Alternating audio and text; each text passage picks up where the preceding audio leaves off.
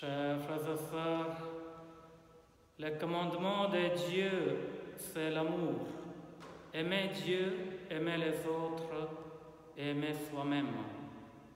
Mais pour aimer vraiment, il faut être vrai avec soi-même, sans se trouver de bonnes excuses, sans nier ses limites, ses déficiences et ses péchés. Il faut se regarder en vérité, sans complaisance, mais sous le regard bienveillant de Dieu. Quand on prend ainsi conscience de sa véritable pauvreté, alors on devient plus tolérant envers les autres.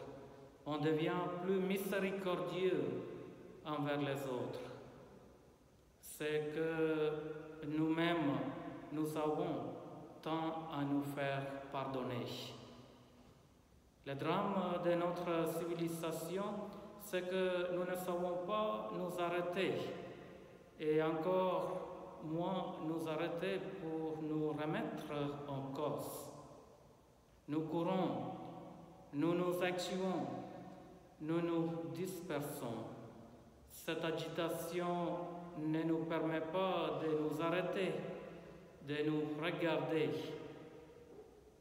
Le passage de l'Évangile nous invite aujourd'hui à nous arrêter, à regarder notre vie, à regarder notre cœur et surtout, il nous invite à nous remettre en vérité devant le Seigneur qui veut nous combler de sa vie, de son amour. Nous avons tous le regard quelque peu obscurci, mais recevoir la lumière de Dieu est une grâce.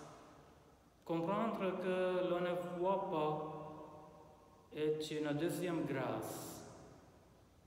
Et consentir à ce que cette lumière discerne en nous est une grâce encore plus grande. Seule cette dernière nous permettra d'enlever la poutre de notre œil et de juger selon le regard de Dieu. Aussi, Jésus peut-il nous dire, si quelqu'un entend mes paroles et ne les garde pas, je ne les condamne pas, car je ne suis pas venu pour juger le monde, mais pour sauver le monde. Qui me rejette et n'accueille pas mes paroles à son juge, la parole que j'ai fait entendre. L'amour de Dieu est le fondement de ce jugement. Il a pitié de tous parce qu'il peut tout. Il ferme les yeux sur le péché des hommes pour qu'ils se répandent. Il aime en effet tout ce qui existe. Il aime tout le monde. Au dernier jour, nous serons jugés dans l'amour et nous pourrons avec confiance nous jeter dans les bras du Seigneur. Comme le disait le frère André, le bon Dieu nous aime tant et il faut continuer à aimer le bon Dieu. Amen.